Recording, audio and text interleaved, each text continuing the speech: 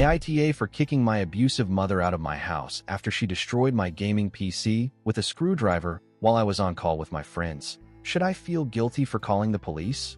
It was a Thursday evening when everything finally came to a breaking point.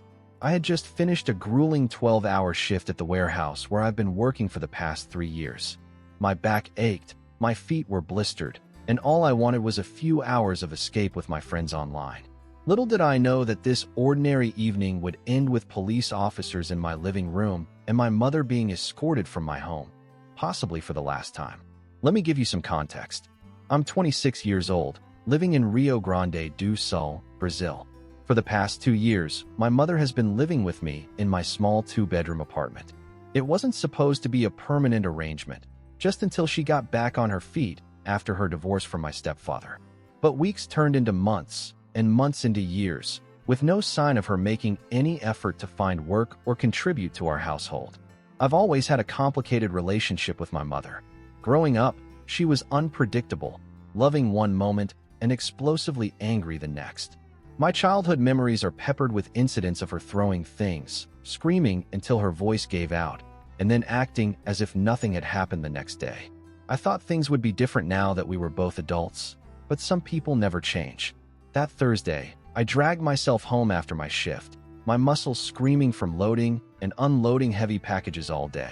I unlocked the door to find dishes piled in the sink, dishes that weren't there when I left that morning, and empty wine bottles on the coffee table. My mother was nowhere to be seen, probably napping off her afternoon drinking session in her bedroom. I sighed, too tired to even feel angry anymore. This was our routine. I would work myself to exhaustion to pay our bills, buy our groceries, and keep a roof over our heads. She would spend her days watching telenovelas, drinking cheap wine, and contributing absolutely nothing, not even the basic courtesy of cleaning up after herself. I grabbed a quick shower, letting the hot water soothe my aching muscles, then headed to my bedroom, the one sanctuary I had in this increasingly toxic living situation. My gaming PC sat on the desk, a prized possession that had taken me nearly 5 years to save for. I built it piece by piece, component by component, researching and waiting for sales, sometimes going months between upgrades when unexpected bills came up. That PC represented thousands of hours of overtime, of saying no to nights out with friends, of eating ramen noodles for dinner so I could put a little more aside each month. It wasn't just a computer. It was tangible proof that hard work and sacrifice could eventually pay off, even for someone like me who didn't have the privilege of a college education or family connections. I settled into my chair, put on my headset, and logged into Discord where my friends were already waiting. We'd been planning this gaming session all week, a tournament in Call of Duty that we'd been practicing for. These guys were more than just gaming buddies. They were my support system, my sounding board, the people who kept me sane when life at home became unbearable. "Hey, Danilo's finally here," Marco announced as I joined the call. "Thought you weren't going to make it, man." "Sorry, guys. Work ran late again," I explained, feeling the day's stress already beginning to meld away at the sound of their friendly voices. We were about 20 minutes into our first match when my bedroom door suddenly burst open. My mother stood in the doorway, her eyes wild and unfocused, her hair disheveled. I could smell the alcohol from across the room. "You worthless piece of shit," she screamed, loud enough that my friends fell silent on the other end of the call. "Sitting here playing your stupid games while I do everything around here." I was momentarily stunned into silence. The irony of her accusation was so absurd it would have been laughable if it wasn't so infuriating. I, who had just worked a 12-hour shift to support us both, was being called worthless by a woman who hadn't applied for a single job in 2 years. "Mom, what are you talking about?" I asked, trying to keep my voice calm. "I just got home from work. And what exactly have you done around here today?" She ignored my question completely, continuing her tirade as if I hadn't spoken. "You're just like your father, selfish, lazy, good for nothing." I muted my microphone, not wanting my friends to witness this humiliating scene, though I was sure they could hear her screaming even through my headset. "Mom, please," I said, standing up now. "I'm tired. I've been working all day. Can we not do this right now?" Instead of responding, she turned and stormed out of the room. I hoped, that meant the end of it, that she'd go back to her room to sleep it off as she usually did after these outbursts. I unmuted my mic. Sorry about that. Guys, I said, embarrassed. Family drama. Let's continue. But before we could resume our game, I heard her rummaging around in the laundry area. Something about the noise made the hair on the back of my neck stand up. I excused myself again and went to investigate. What I saw turned my blood cold. My mother was digging through the toolbox, muttering incoherently to herself. As I watched, she pulled out a screwdriver, the large one with the heavy rubber handle that I use for home repairs. Mom, my voice came out higher than normal. What are you doing with that? She whirled around, her expression so contorted with rage that she barely looked like herself. Teaching you a lesson, she said, pushing past me. I followed her, a sense of dread growing in the pit of my stomach. Mom, stop. Whatever you're thinking of doing, just stop. Let's talk about this. But there was no reasoning with her in this state. She marched back to my bedroom, screwdriver clutched in her white-knuckled grip. For a terrifying moment, I thought she might be planning to attack me with it. But her target wasn't me. With strength I didn't know she possessed, she grabbed my PC tower and hurled it to the floor. The crash was sickening, the sound of glass breaking, plastic cracking, years of saving and sacrifice destroyed in an instant. But she wasn't done. She dropped to her knees beside the damaged computer and began stabbing the screwdriver into it repeatedly, puncturing the case, the motherboard, the graphics card. Stop it, I screamed, lunging forward to grab her arm. Are you insane? Do you have any idea how long I saved for that? She yanked her arm free and began stomping on the computer with her feet, grinding components under her heels like she was putting out a cigarette. Something inside me snapped. I grabbed her shoulders and pulled her away from the wreckage of my PC with more force than I intended. She stumbled backward, lost her balance, and fell to the floor. Immediately, she began wailing as if I'd severely injured her, though I knew I hadn't. It was a performance I'd seen many times before, the victim act she put on whenever she was confronted with the consequences of her actions. You hit me, she shrieked, writhing on the floor like an actress in a bad telenovela. My own son.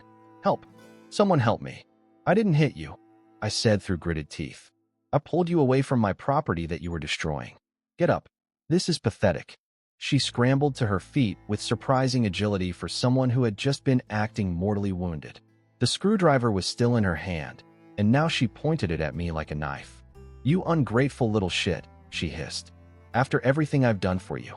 The screwdriver was inches from my face. I took a step back, fumbling for my phone in my pocket. Put that down, Mom. Right now, or I'm calling the police. She laughed, a high, unhinged sound that sent chills down my spine. Go ahead. Call them. See if they believe you over your poor old mother. So I did. With shaking fingers, I dialed the emergency number as she continued to wave the screwdriver threateningly. The police arrived within 10 minutes, though it felt like hours.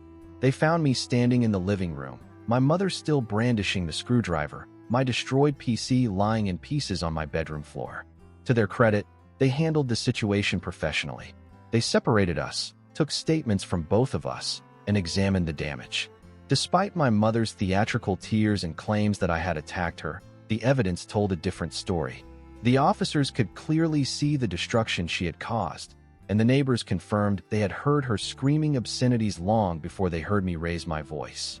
In the end, they decided to take her to the station, not under arrest, but to file a report and ensure she calmed down. As they led her to the police car, she hurled one final insult over her shoulder. You'll regret this, Danilo. Your own mother. How could you? I felt nothing but exhaustion as I watched the patrol car drive away. That night, I called my older brother Gabriel and explained the situation. He was not surprised. He'd experienced our mother's episodes himself before moving out years ago, which was partly why he'd been living a comfortable distance away in another city. She can stay with me for a while, he offered. But you know this isn't a permanent solution, right? She needs help that neither of us can provide. The next day, while my mother was still at the police station, I packed all her belongings into suitcases and boxes. It didn't amount to much: clothes, some personal items, a few framed photos she'd brought when she moved in. I loaded everything into my car and drove it to my brother's place, where he helped me carry it inside. Are you sure about this? Gabriel asked as we set down the last box. You know how she can be when she feels cornered. I nodded, beyond tired. I can't do it anymore, Gabe. The manipulation, the guilt trips, the explosions of rage. I'm done. My home is supposed to be the place where I can rest, not where I have to walk on eggshells. That was 3 weeks ago. My mother has been staying with Gabriel since then, and I've heard through him that she's telling everyone who will listen that I physically assaulted her and threw her out on the street with nothing. Some relatives have called to berate me, others to gently suggest I should reconcile with her because she's still your mother.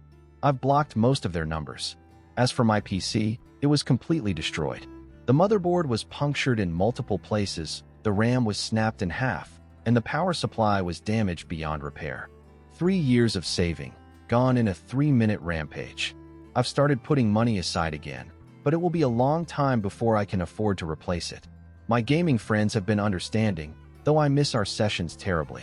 Sometimes, in quiet moments, doubt creeps in. Was I too harsh? Should I have given her another chance?